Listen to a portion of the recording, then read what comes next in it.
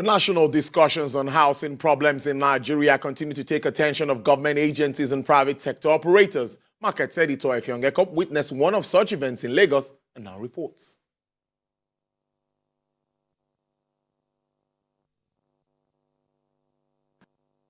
Discussions on housing supplies, deliveries and limitations in Nigeria resurfaced in Lagos Friday.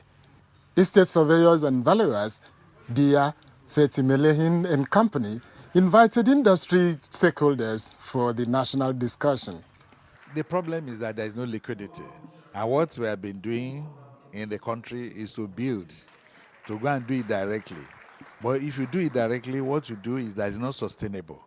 To get a wider view on the issue, international housing finance consultant from Malaysia, Mr. Rupin Narasarami, was brought in to give Asian countries perspective on housing markets. The way to address housing deficits is you have got to attack on two fronts. Number one, the supply side as well as the demand side. The supply side is mainly house construction. Now, this is a very important component. And when I talk of supply, it must be the right kind of houses with the right pricing, because affordability is an issue. Nigeria, with over 200 million people, is believed to have a deficit of 28 million houses.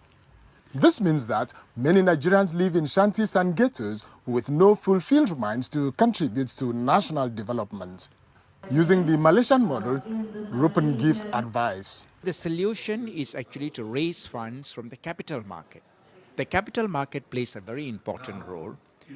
Now, the reason why NMRC is a very important position is NMRC has the strength to go to the capital market and raise bonds because it has got the strength of the government plus all the other shareholders.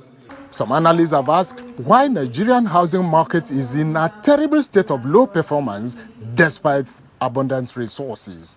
Issues are multifaceted. Number one, there has to be a review by government of institutional frameworks for building, number one. Number two, the institutions involved in building also need, one, to be revitalized by government.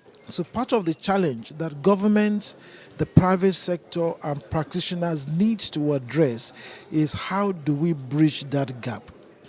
Do we increase people's income or do we bring the cost of construction loan? The answers are not so simple, but that is the framing of the answer. Efyongeko, TVC News, Lagos.